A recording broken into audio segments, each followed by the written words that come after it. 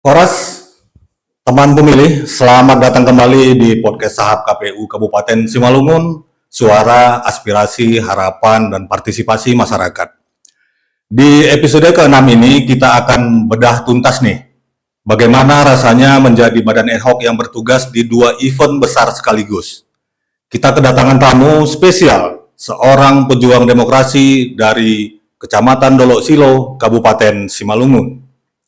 Kita sambut Bapak Muhammad Sapri.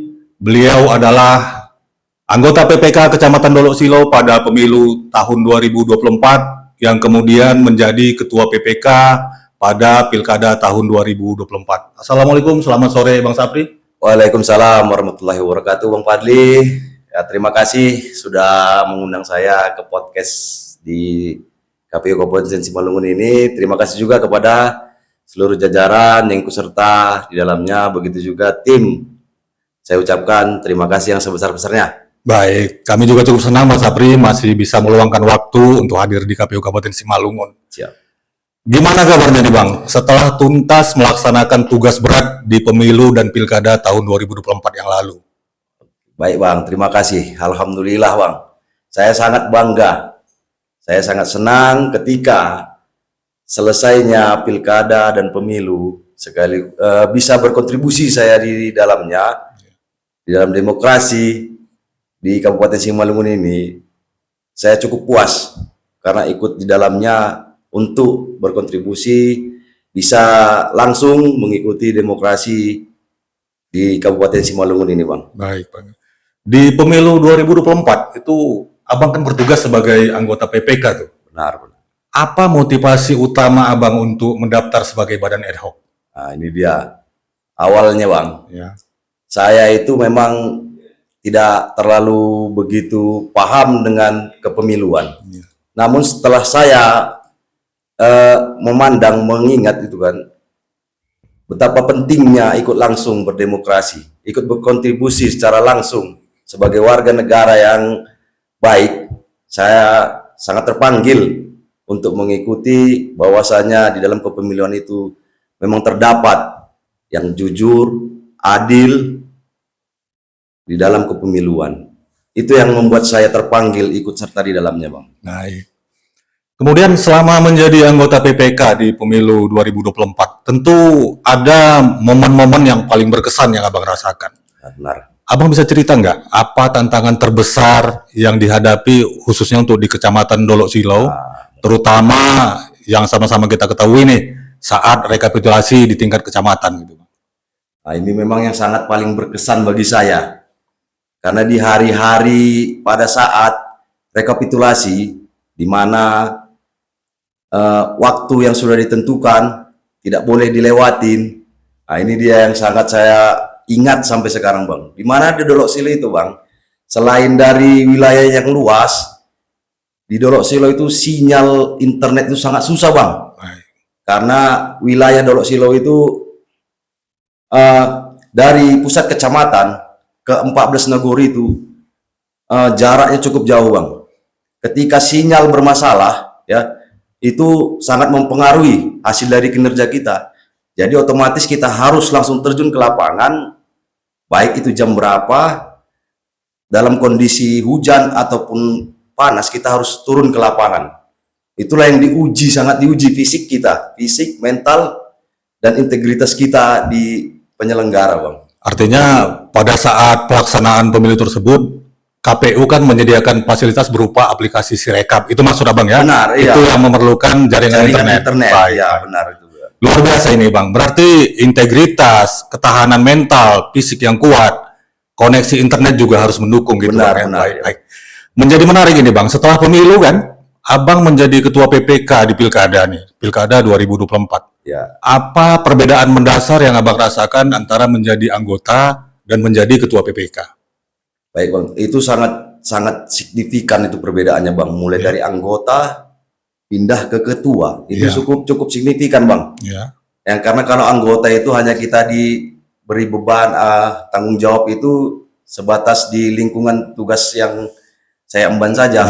Nah, setelah saya menjadi ketua itu, Bang, wah itu memang cukup signifikan. Kita harus mengambil keputusan, memimpin rapat, harus ke komunikasi kita ke Muspika, memastikan semua anggota dan sekretariat itu bisa bekerja dengan baik dan sejalan sesuai jadwal dan hukum yang berlaku. Iya, baik. Seperti itu dia Bang. Lebih repot lah pokoknya Bang. Artinya kita harus menyesuaikan semua tahapan yang kita jalankan itu Benar. sesuai dengan tahapan yang telah iya. ditetapkan oleh Dan KPU. tepat waktu dia Bang. Baik, baik, baik. Itu dia. Nah, kemudian ini Bang, bicara pilkada, suasananya kan seringkali lebih hangat dibandingkan pemilu nih.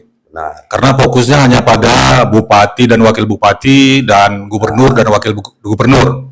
Nah, bagaimana strategi Abang sebagai ketua PPK dalam menjaga integritas dan mengelola potensi konflik yang akan mungkin muncul di lapangan pada saat itu? yang pertama itu kita saling komunikasi yang baik terutama Bang.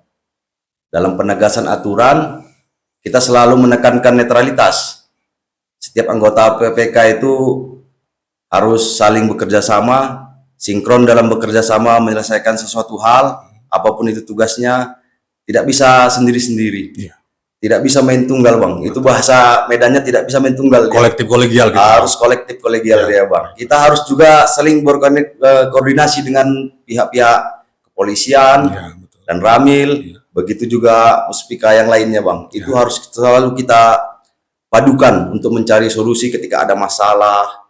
Jangan sampai masalah itu menjadi besar. Ya alhamdulillah sih Dorok Silau tidak ada yang namanya masalah di bagian penyelenggaraan. Alhamdulillah Bang, baik-baik saja Bang. Baik. Iya. Nah, kemudian dari semua pengalaman itu, Bang, ada mungkin satu hal yang paling berkesan.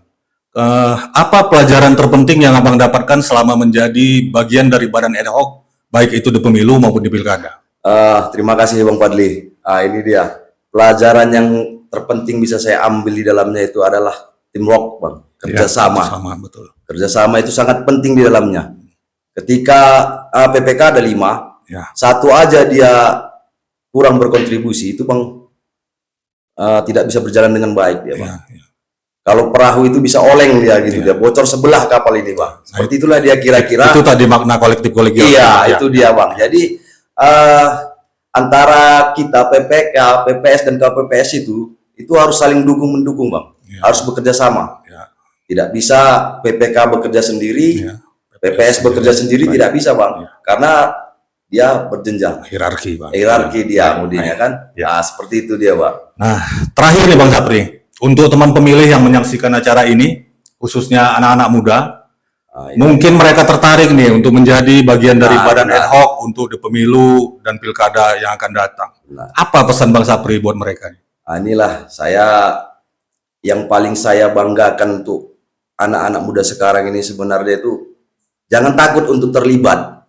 Ya. Jangan takut untuk terlibat di setiap pesta demokrasi. Ya. Karena ini bukan sekedar pekerjaan saja, Bang. Di sini kita bisa ada kesempatan untuk belajar berorganisasi, menguji integritas, dan menjadi bagian penting dalam mengukir sejarah, gitu dia kan, mengukir sejarah di demokrasi Indonesia. Khususnya di Kabupaten Iya, Simalungun, khususnya di Kabupaten Simalungun ini. Betul. Jadi pengalaman ini sangat berharga lah buat kita, bagi pemuda-pemuda di Kabupaten Simalungun. Ayolah, mari kita mendaftar ketika nanti ada perekrutan badan ad hoc, baik itu PPK dan yang lainnya itu dicobalah. Karena kalau teman-teman tidak mencoba, itu tidak tahu gimana hasilnya nantinya. Seperti itu Bang. Jadi pemuda di Simalungun ini banyak berpotensi dan banyak yang memiliki kemampuan. Bukan cerita kita di pinggiran kota, bukan cerita kita di kota besar, sama saja Bang. Saya rasa di ujung Simalungun pun banyak pemuda-pemuda yang mempunyai SDM, potensi untuk mengikuti kepemiluan ataupun menjadi penyelenggara Bang di Kabupaten Simalungun ini. Baik Bang Sapri, ini pesannya ini sangat menginspirasi nih Bang.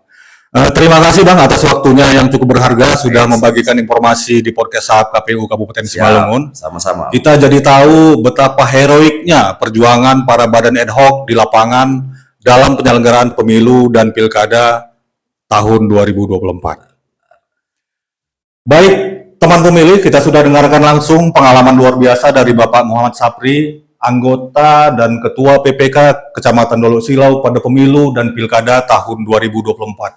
Semoga kisah ini memotivasi kita semua untuk lebih peduli pada proses demokrasi, khususnya di Tano Habonaron Dobona, Kabupaten Simalungun.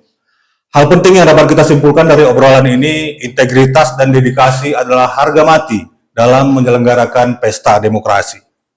Sampai di sini episode ke-6 Podcast Sahab KPU Kabupaten Simalungun. Tunggu kami untuk tema menarik yang lain di episode berikutnya. Untuk informasi resmi, kunjungi website dan media sosial KPU Kabupaten Simalungun. Saya Fadli Hamdi Lubis, sampai jumpa di episode berikutnya. Terima kasih. Dia Tupa, salam KPU melayani. Horas, horas.